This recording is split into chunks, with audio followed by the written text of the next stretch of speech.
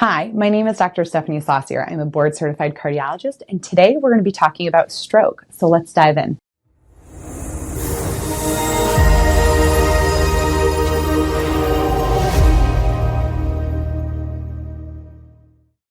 What are the signs and symptoms of a stroke? Well, there's a great mnemonic that we use, and it's just called FAST, because when you have a stroke, you have to act fast. So first, face. Drooping of the face or inequality when you're smiling, if there's a droop to one side of the face. A is for arm. So if your arm is heavy or not moving, or you can't lift your arm or your leg. S is for speech, if your speech is garbled or you can't get out the words that you want to say.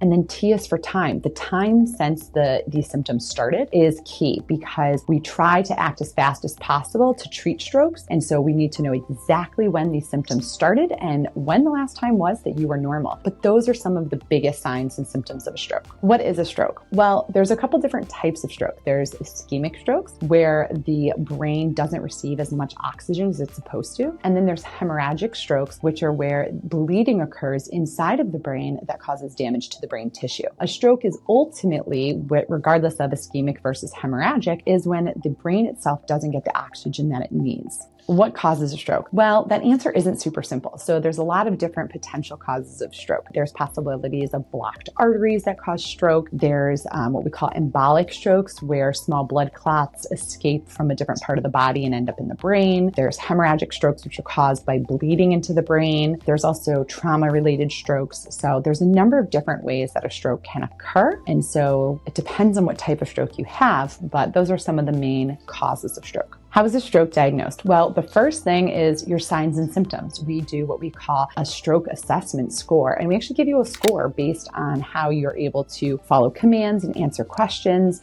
We also do a very quick CAT scan of the brain initially. We want to see if it's bleeding or if there's a hemorrhagic stroke or not, because that determines how we manage your stroke. And so then also we'll potentially do an MRI of the brain. So it's a lot of imaging. That's how we diagnose strokes. What are the treatment options with stroke? Well, as I mentioned earlier, time is of the essence. So if you wait too long from the onset of symptoms, then our treatment options are limited. However, based on the type of stroke you're having, we may give you a clot-busting medication to break up if there's a clot in the brain, or we're also going to really control that blood pressure. Now, there's even some interventions these days where the interventional neurologist can go into the brain, into the vasculature, and remove clot that's been lodged that's causing the stroke. Those are some of the main ways. And if it's too far out for any of our mechanical interventions or medicines, then typically our main goal is to try to prevent future strokes with medications that will help protect you, and really also identifying why you had a stroke in the first place.